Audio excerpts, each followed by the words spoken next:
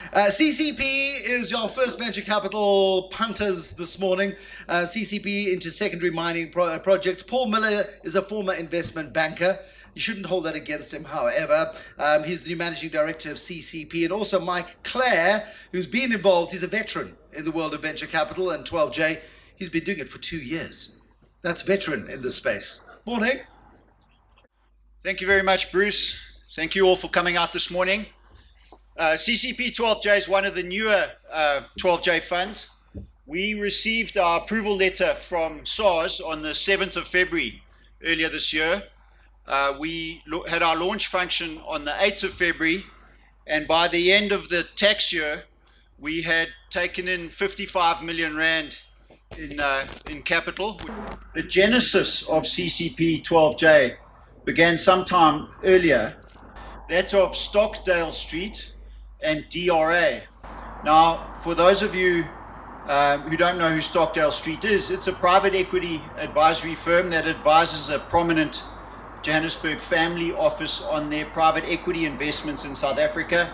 It's led by Paul Salomon, and as a known pool of capital in Johannesburg, he'd received a lot of approaches, or his team had received a lot of approaches from 12J funds in that post-2016 sort of boom in 12J. And his transaction team, or the Stockdale Street transaction team, had taken a deep dive into 12J, had a look at the legislation, got a thorough understanding of what the opportunity was, and they liked it. Simultaneously, the team was doing a due diligence on DRA. Now, those of you who ever passed through Sunning Hill will know there's a large campus there of about 6 or 7 office buildings that's inhabited by about 1,000 professional engineers. And that is DRA. DRA is South Africa and probably one of the world's most significant mining and mineral processing engineering firms. And when I say that, I mean white-collar engineering, consultants. These are the guys who do the engineering, the design, procurement, management, construction management, operations of mineral processing plants, particularly for largely major mining companies, but also junior mining companies, not only in South Africa, but across the African continent and now into Australia and North America. They have offices in Perth, Brisbane, Pittsburgh, Toronto. Very significant firm, 6 billion rand a year revenue. And any of you who've not spent any time at all interacting with the mining industry might not have heard of them. But it is a very significant business. The Stockdale Street transaction team, with a thorough understanding of 12J, were doing this due diligence, looking at making an investment in DRA, which they eventually did. But what they found was that the engineers at DRA had for years been investing alongside their clients in minerals projects. They themselves had decided to formalize the structure, and they had created an investment management arm, called it Concentrate Capital Partners, hence the CCP in our name. And Concentrate Capital Partners had been allocated capital and was pursuing investments alongside DRA's clients across the world. A portion of that capital was reserved for projects in South Africa. It was the Stockdale Street team that they'd said, hang on, if you are investing in projects alongside your clients in South Africa anyway, and you're a tax-paying entity, and 12J has had Section 12J has been amended, can't we bring these two things together and invite third parties to invest alongside us, in which case we can build scale, we can have a bigger impact, we can employ people to pursue this as a business in itself. And that's the genesis of CCP 12J. It came out of a strong private equity background at Stockdale Street, combined with this world-leading engineering firm sitting right here in Sunning Hill. So what's the opportunity? Well, if you've taken a good read of 12J, of Section 12J, you'll see that there's a carve-out for mining, exploration, or production. And it's really important. In fact, I was part of the lobbying group back in the mid-2000s, or the late 2000s, when the original 12J amendments were made, to say that in mining, a small mine is not a small business. A small mine is a big business by any conventional measure. It is simply the most capital intensive of all South Africa's businesses, and a 50 million, or at the time it was a 25 million maximum investment, was never going to cut it in mining. That's a couple of pieces of yellow machinery. It had to be bigger. Is DRA, as the country's preeminent mining and mineral processing and engineering firm, gets to see the pipeline of projects across all its major mining company clients and across a whole lot of smaller companies as well. Simply put, if you're a project engineer and you want to save your job and you're going out on an inquiry to get pricing, the question really is, you go to DRA and then who else? They are that big in the local industry. So they've got this wonderful insight to all these projects. Of course, DRA is formally our technical partner, so we get access to all their mining and mineral processing brains. Stockdale Street has got the strong private equity background from a transaction structuring point of view, and we have access to their brains, so we really are inviting third parties to invest alongside experts. We have a strong focus on capital preservation. We believe the opportunity here is to take in money with the tax incentive, invest the money according to the rules, and then return the money as quickly as possible to those investors. And for that, we believe there has to be a complete alignment of interests between the investors, the investee companies, and the fund manager to do exactly that. So what's our mandate as the management company of CCP 12J? Of course, we have to invest in qualifying investments in terms of Section 12J, and we've got the scale to get all the correct advice. And we spend a lot of time with lawyers. We must have a high level of confidence in the underlying project that we're financing. We will always look to invest alongside a high caliber partner. And when I say alongside, that means either contractually as a shareholding partner or as an offtake partner. We're looking at opportunities where we can significantly transfer all the primary mining risks. We don't believe we should be taking retail investors' money and taking speculative bets in the mining industry. We are looking to not take commodity risk, to not take geological risk, to not take underground mining risk or new project development risk.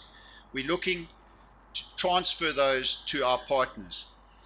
We also believe that the exit strategy, and this is very important, how is the money going to get out of the 12-day structure, out of the underlying investments, back into the 12-day structure and back into the hands of investors? So then to paint you a picture, what kind of project is this that meets this mandate? And quite simply, it's a secondary or ancillary project on an existing mine site. And picture it for a moment, a fence, boom gate, security guard, the mine operations are behind there. That's where we want to be, where there is water, where there is electricity, and most importantly, where all the regulatory approvals are already in place. We're on a timeline here with 12J investments. You've got to get the money in, you've got to invest it, you've got to get it out again. We can't rely on regulatory approvals being on the critical path. So we want to exclude that entirely. So these secondary and ancillary projects on existing mine sites will be things like tailings retreatment, dump reprocessing, where a mine wants to add an additional circuit, something that we can separately identify, put a fence around it, and make it a qualifying company. Governance, very important. I mean, I'm acutely aware that we will be taking the public's investments. What we have in place is a very strong relationship with a major mining engineering firm that not only is our technical partner, not only has provided us with a 150 million rand capital commitment, but will also be involved in a lot of these projects. And of course, the opposite concern then comes out. For me, that's a major risk mitigant, but it could potentially also be a conflict. So we have an independent investment committee. It has 5 members, 4 of which are entirely independent of DRA. Jean Nel, previous CEO of Aquarius Platinum. Michael Golding, quite simply the best mining project finance advisor, I believe, in Johannesburg, who spent many, many years with BHP Billiton. Tom Borman, many years with BHP Billiton, but most recently was in the team that put together Optimum Coal, listed it on the JSE, and then sold it to Glencore. Nigel Townsend. Nigel was the T in TWP. For those of you who remember, it was a listed company for some time. It was sold first to Basil Reed and then into Worley Parsons, the Australian engineering firm. TWP was one of DRA's major competitors in its day. He's on our investment committee. And then Andrew Nordia, who is the CFO of DRA. Our board, Jean Nel, Andrew Nordia, Michael Golding is an independent chairman, and our AGM is due to be held on the 15th of August, and we are adding 2 very senior commercial attorneys from practices here in Sandton who've agreed to join our board as independent directors. So we're taking governance very seriously. Deploying capital. One of the great risks, I believe, in any 12J investment is, will you be able to get your money out the door per the rules in 12J? It was a concern of mine when I was examining the opportunity. I'm very satisfied that we will be able to. We've already built a pipeline since we really started business in February of 35 potential investments. We've dismissed 9 of them. We have 26 on our pipeline.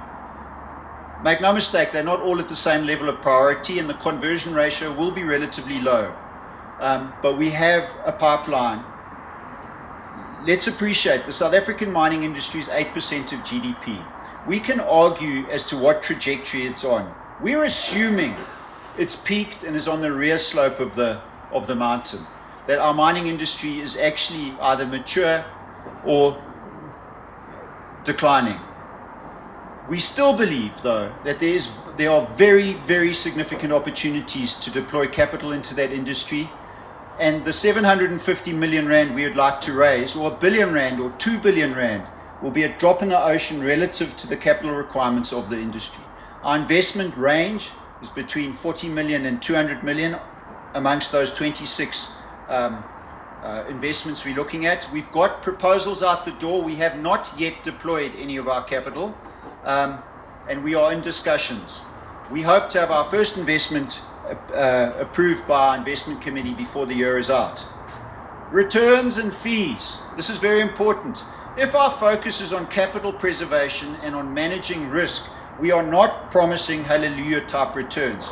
We are looking for appropriate returns for that kind of risk, and if we're passing that risk on to our partners on the existing mine sites, we're aiming at earning early 20s returns on the capital at risk that investors invest with us. From a fees perspective, we're very lucky to have strong strategic partners in the form of Stockdale Street and DRA. So we as a management company are fully funded to be able to take our returns back-ended only when the money is actually returned to our investors. So we're not charging any kind of upfront fee. We are taking a 2% management fee on gross assets, but our 20% performance fee after a hurdle is only charged once cash is back in the hands of our investors. Exit strategies, very important. Big incentive up front. The moment 5 years is up, that incentive starts decaying. We need to get the money back to you. We think we've developed a strategy to align those interests between your investee companies, investors, and the fund manager. What that is that we're modeling all our investments to pay dividends as soon as possible. Of course, these are equity shares, so we can't compel anyone to pay a dividend, but we're certainly modeling for that. We will look to our partners to refinance us and provide them all the flexibility to do that as soon as possible, or alternatively to buy our interest back. We'd like to start returning dividends to our investors as soon as possible, although an investment in CCP 12J is not an income investment because that is not guaranteed. Ultimately, once the 5-year time period is up, we'd like to start buying shares back. And as I said earlier, the fund manager's performance is only paid once money has been returned to our investors. Capital raising. I've spent, since I joined CCP 12J at the beginning of May, I've met with over 50 independent financial advisory practices and wealth managers. And I must say, as an ex-investment banker, it's been quite eye-opening for me. And it's very clear to me that in most advisory practices. 12J investments are not appropriate for the majority of your client base. And I think that's the first point. It's appropriate for very specific people in your client base. We are absolutely adamant that people who invest with us must be properly advised. And the way I look at it is that an investor who's already funded their domestic pension, who already has an offshore pot safely stashed away somewhere, and then wants to speak to their financial advisor about how to manage down their tax obligations. That's the investor, someone who's facing a big tax bill. We will pay a trail fee to intermediaries out of our management fee. The management company will pay that. We are looking, despite the tax law amendment bill amendments which are out there, we will be taking in some money now in August, but that'll be from very select investors, and then a public offering to shareholders, to the public in February next year before the tax year's up. That public offering will be subject to the outcome of the tax law amendment bill. We'll have to know and have certainty on the situation by then.